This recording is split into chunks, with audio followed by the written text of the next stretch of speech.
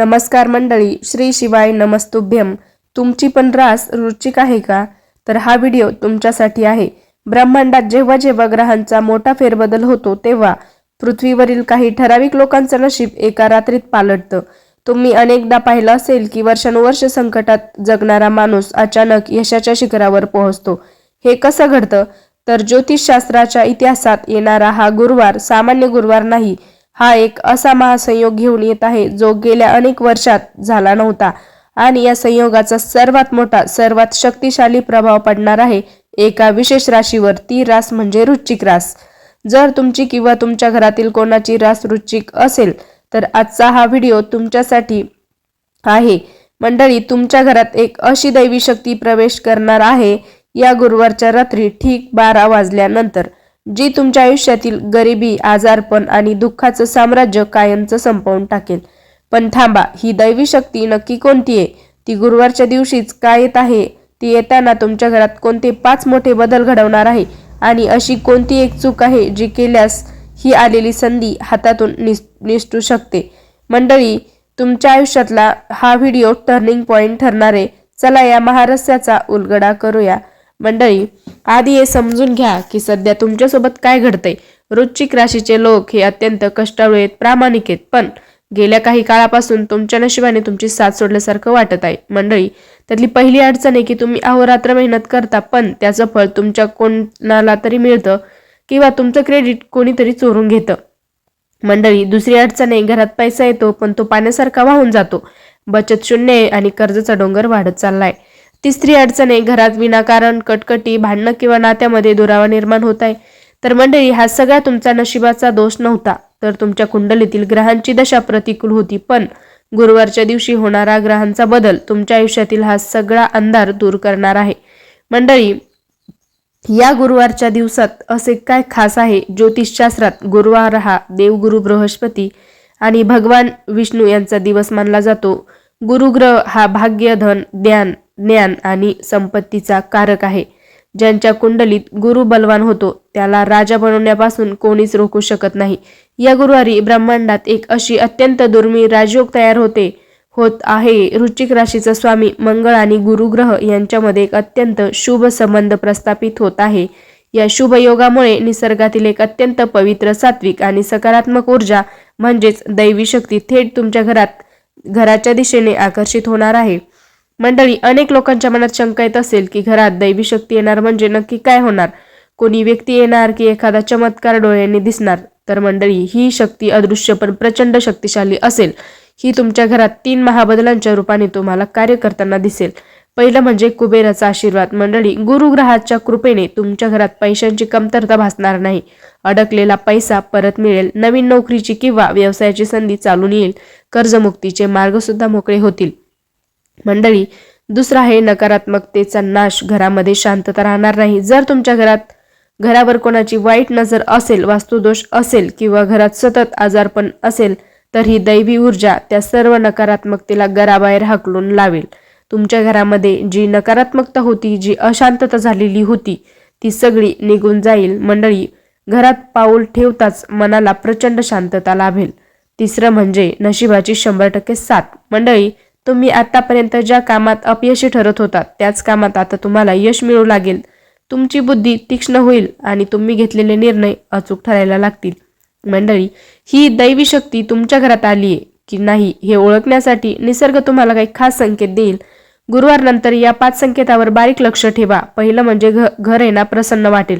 सकाळी उठल्यानंतर विनाकारण मन आनंदी आणि प्रसन्न वाटू लागेल. घरातील कौटुंबिक वाद अचानक शांत होतील. दुसरं म्हणजे पिवळ्या वस्तूचा शुभ संकेत. घरात अचानक पिवळी फुलं उमलणं किंवा फुलपाखरू येणे किंवा प्रवासात पिवळ्या रंगाच्या शुभ वस्तू सतत दिसणं हा गुरुग्रहाचा थेट संकेत असतो. त्यानंतर मंडळी, तिसरा आहे स्वप्नात देव किंवा मंदिर दिसणं. जर तुम्हाला स्वप्नात भगवान विष्णू, श्रीकृष्ण, एखादे जुने भव्य मंदिर किंवा साधू संत आशीर्वाद देताना दिसले तर समजून जा तुमचे भाग्य उघडलं आहे. मंडळी, या पक्ष्यांचे किंवा प्राण्यांचे आगमन. मंडळी, चौथा आहे पक्ष्यांचे किंवा प्राण्यांचे आगमन. तुमच्या गच्चीवर किंवा दारात पक्षी आनंदाने किलबिलाट करू लागतील. हाही तुम्हाला संकेत मोठा दिसणार आहे. किंवा गाय तुमच्या दारात येऊन उभी राहील. मंडळी, 5वा संकेत आहे कामातील अडथळे अचानक दूर होऊ लागतील. शासकीय कामे किंवा कोर्ट कचेरीची कामं जी अनेक वर्षांपासून प्रलंबित होती ती अचानक मार्गी लागणार आहेत. मंडळी, या दैवी शक्तीचे स्वागत करण्यासाठी आणि तिला घरात कायमचं टिकवून ठेवण्यासाठी वृश्चिक राशीच्या लोकांनी या गुरुवारच्या दिवशी 5 सोपे व अत्यंत प्रभावशाली उपाय आहेत ते करायचे आहेत. आणि तुमच्या लक्षात राहत नसतील तर तुम्ही ते लिहूनही घेऊ शकता. मी तुम्हाला सांगते आहे. पहिला उपाय, हळदीचं पाणी. मंडळी, गुरुवारी पहा, बरेच जण श्री स्वामी समर्थांची पूजा करतात किंवा सारामृत सुद्धा पठण करत असतात आणि गुरुवारी काही जण उपवास करतात. तर गुरुवारी सकाळी अंघोळीच्या पाण्यात चिमूटभर हळद टाका. तसंच घराच्या मुख्य दारात हळदीने स्वस्तिक काढा. यामुळे नकारात्मक ऊर्जा घरामध्ये प्रवेश अजिबात करणार नाही. हळदी टाकायची आहे अंघोळीच्या पाण्यामध्ये, हे लक्षात ठेवायचे. त्याच्यानंतर दुसरा उपाय आहे, विष्णू सहस्रनामाचं किंवा गुरुवारी देवघरात तुपाचा दिवा लावा. ओम नमो भगवते वासुदेवाय या मंत्राचा जप करा. पहा, चातुर्मासानंतर विष्णू सहस्रनामाचं पठण आपण करत असतो. चातुर्मास लागलेला आहे आणि यामध्ये जर आपण ओम नमो भगवते वासुदेवाय या मंत्राचा जप जर रोज केला आणि आपण जर विष्णू सहस्रनामाचं पठण केलं तर नक्कीच आपल्यावरती कृपा होते, नकारात्मकता दूर होते आणि तुम्ही हे कराच. तर मंडळी, तुम्हाला जर वाचता येत नसेल तर तुम्ही मोबाईलवरती सुद्धा विष्णू सहस्रनाम मंत्र ऐकू शकता. ओम नमो भगवते वासुदेवाय हा मंत्र आहे. त्याच्यानंतर तिसरा आहे, केळीच्या झाडाची पूजा. जर शक्य असेल तर गुरुवारी केळीच्या झाडाला जल अर्पण करा, तिथे दिवा लावा. यामुळे गुरुग्रह अत्यंत बलवान होत असतो. मंडळी, चौथा उपाय आहे, उंबरठ्याची पूजा. सकाळी उंबरठ्यापाशी दिवा लावा, कारण गुरुवारच्या संध्याकाळी माता लक्ष्मी पृथ्वीवर भ्रमण करत असते असं शास्त्रामध्ये सांगितलं जातं.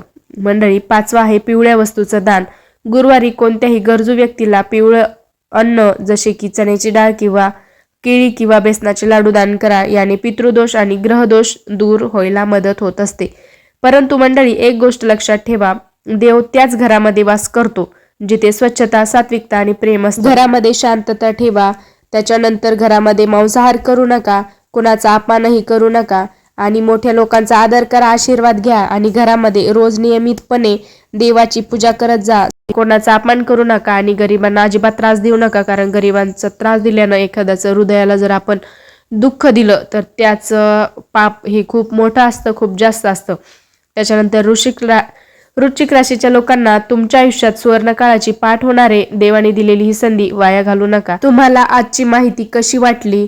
तुमची राशी वृश्चिक आहे का? तुम्हाला म्हणजे काही प्रश्न असतील तर कमेंटमध्ये नक्की विचारा आणि कमेंटमध्ये श्री शिवाय नमस्तुभ्यम, श्री शिवाय नमस्तुभ्यम नक्की लिहा. अशाच शास्त्रोक्त आणि सविस्तर माहितीसाठी आमच्या मयुरी पालवे चॅनलला नक्की सबस्क्राईब करा, शेअर करा आणि तुमच्या नातेवाईकांमधील वृश्चिक राशी कोणाची असेल तर त्यांनाही हा व्हिडिओ नक्की शेअर करा, जेणेकरून त्यांनाही या गोष्टी माहिती पडतील. तर पुन्हा भेटूया अशाच एका माहितीपूर्ण व्हिडिओमध्ये. तोपर्यंत धन्यवाद.